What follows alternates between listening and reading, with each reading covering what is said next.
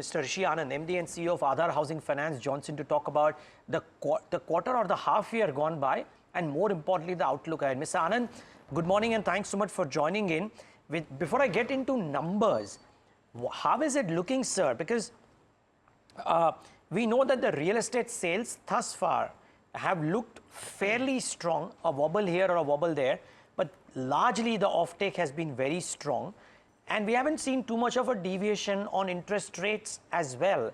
So has what happened in the first half, is it looking good, and is it a sign of the things to come in the second half? Good morning, Neeraj, and happy season's greeting to all of you. To you too, sir. Yes, and the way I would want to say about this is, while real estate numbers might not look as healthy as you would want them to be, in our case, we are poised very well, primarily because, the kind of consumers we deal with they are not affected by real estate, so-called real estate by large developers. These are consumers who would buy individual houses and small houses on resale and do more self-construction in the outskirts of larger cities or small talukas and small districts. So for them, if the real estate construction is lopsided, it hardly matters. And that is reflected on the numbers of the various housing finance companies like us who deal in this space. For example, our AUM on a quarterly basis has touched about on a YOY basis 21% growth, disbursement about 18-19% growth. So those numbers speak for itself. So in our case, since the kind of consumers we deal with, it hardly matters on how the real estate numbers are panned out. Sir, hi, this is Samina. What we also want to understand is provisioning, though, has increased significantly. YOY, it's up 700 odd percent, but Q on Q, there is a decline, which we can see. Can you tell me what is behind the spike YOY, and should we be expecting fluctuations in provisions going into the second half of this financial year? No, so it's primarily to do with the way the delinquency moves. These are seasonality reasons. Primarily, when there are heavy rains, or there is heat, or there is festivity. That's when our business is more seasonality. The collection is more seasonality. It is primarily to do with that. And we've observed in history also, and in the 15-year history of the company at Aadhar, the second half of the year always is better in terms of provisioning and collections.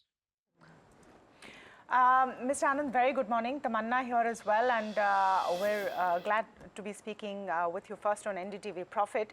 Just want to get a sense of the trends you're seeing in loans against property, because are there concerns now beginning to grow on multiple loans being taken from one borrower? What is the kind of outlook you have over there? Morning, Tamanna. I would say that I don't see a sign of worry on the loan against property, primarily in our company. One is our loan against property average ticket size is close to about 8.2 lakhs. So these are micro loan against property. And when we talk about loan against property and we talk about multiple loans, they are not to be linked. Primarily, the reason is very simple. Loan against property is secured against an existing property. A consumer cannot mortgage the existing property in multiple places to secure loans. It has to be one property, one loan. If the linkage is to he or the consumer taking more unsecured loans, again, the cause of worry is not here. Right now, we don't see any worry because, we've been carefully monitoring the MFI segment, our consumers taking loans in the MFI segment. Fortunately for us, less than 1.5% of the consumers are exposed to MFI, which is a good sign, and we are in a good place. Excellent, Mr. Anand. I'm just trying to understand what is the mechanism you're using to monitor this, because of course not pertinent specifically to Aadhar housing, but the MFI segment is beginning to look a little shaky. I was wondering how you are managing to monitor this. So the way we monitor this, Tamanna, is, we do quarterly scrubs on the data of our consumers. For example, we have close to about 280,000 live customers. We would generally on a quarterly basis run scrub against their exposures in various segments, not only MFI. Has the consumer secured any other gold loans, unsecured loans, auto loans, two-wheeler loans, and MFI loans, and we try and figure out the consumer's performance with us, on us, and outside. How is he performing? That's the way we monitor. And if there is a feeling of any trends which are not favorable to the company, our collection teams are immediately highlighted the mechanism, and they go and touch base with the customer.